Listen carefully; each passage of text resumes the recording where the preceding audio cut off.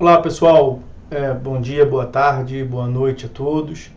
O julgado que eu separei para analisar com os senhores hoje é esse aqui, ó. Recurso especial 1.920.332 de São Paulo, terceira turma, relatoria do ministro Marco Aurélio Belize, RESP 1.920.332 de São Paulo.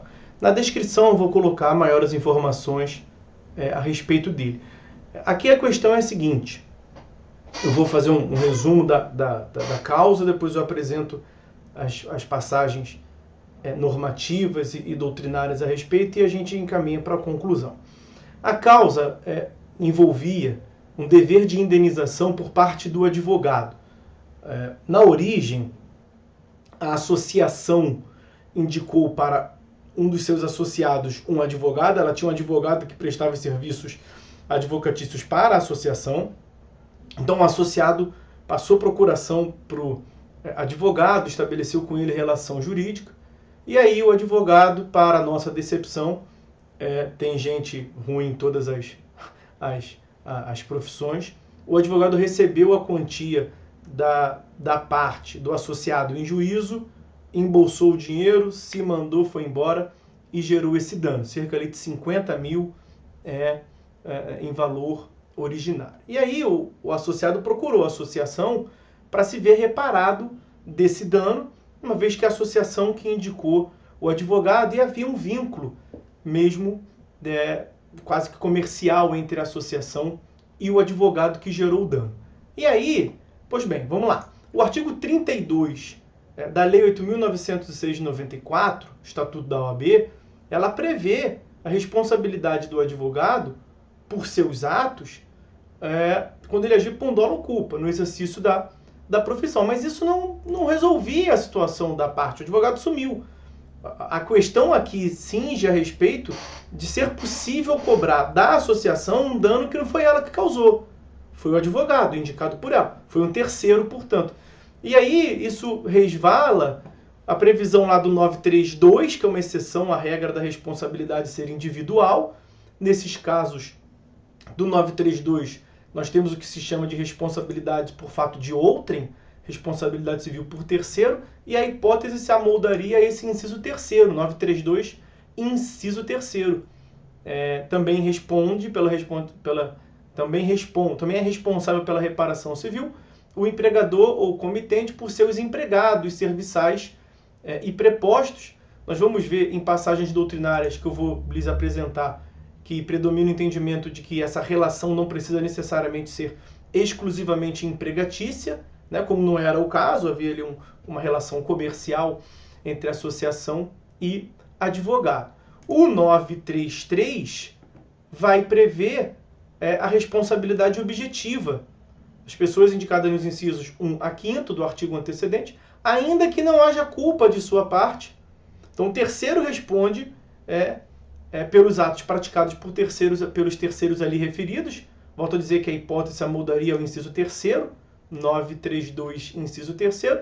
O 933 versa a respeito da responsabilidade objetiva por fato de terceiro. E nós temos o 942, especialmente o parágrafo único, que prevê ali uma responsabilidade solidária. Eu percebo que nessa hipótese isso já encaixaria. A conclusão do julgado foi nesse sentido de encaixar a associação, o sindicato, como um terceiro, 932, inciso terceiro, 933, responsabilidade objetiva, 942, parágrafo único, responsabilidade objetiva e solidária. E aí tem disponível lá no blog, anotações de processo civil, passagens doutrinárias, eu vou poupar os senhores da leitura, quem tiver interesse busca lá, a respeito da responsabilidade por fato de outrem ou por fato de terceiro. Uma previsão aí do professor Rui Stocco, também de Eupídio Donizete e Felipe Quintela. Flávio Tartucci, ele prevê, esse eu vou ler, a incidência do inciso terceiro do artigo 932 não depende da existência de uma relação de emprego ou de trabalho, bastando a presença de uma relação jurídica baseada na confiança, denominada relação de pressuposição. Então veja a interpretação que se dá a esse inciso terceiro do 932. Ele diz empregador ou comitente. por seus empregados, serviçais ou prepostos. Não precisa necessariamente ser empregado ou ter um vínculo trabalhista. Entraria ali na questão de preposição, ainda que não houvesse uma preposição formalizada. Então, é uma interpretação extensiva. E aí, por fim, uma passagem da doutrina de Sérgio Cavalieri Filho a respeito do dever de vigilância, que é inerente a essa indicação, a esse fato de terceiro. E aí, pois bem, para ser o mais breve possível, dentro desse caldo normativo e doutrinário, a conclusão foi, em face disso, configurada a relação jurídica entre o sindicato e o autor do dano, o advogado, profissional este colocado à disposição dos sindicalizados para prestar-lhes assistência jurídica, responde à entidade sindical de forma objetiva e solidária pelos atos ilícitos praticados pelo advogado no exercício do trabalho que lhe competir ou em razão dele, os mencionados artigos 932, inciso 3º e 933 do Código Civil. Tá, senhores? E no blog também os senhores encontram lá a íntegra do julgado, especialmente aqui eu destaco para os senhores a ementa, e vou a ela. Item 1 da ementa, o propósito recursal consistia em aferir a responsabilidade do sindicato pelos prejuízos causados ao filiado, em razão do levantamento e apropriação indevida de valores por advogado indicado pela entidade sindical.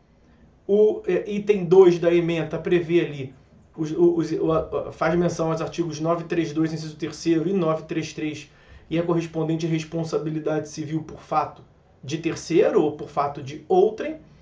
A chamada responsabilidade objetiva indireta lá do 933, tratando como prescindível, dispensável a existência de um vínculo formal, contrato típico de trabalho, como nós vimos da doutrina do professor Tartucci, e por fim, comprovada a relação jurídica entre o sindicato e o advogado, aquela parte que nós vimos da conclusão, a responsabilidade objetiva e solidária, portanto, do sindicato pelo ato ilícito praticado pelo advogado.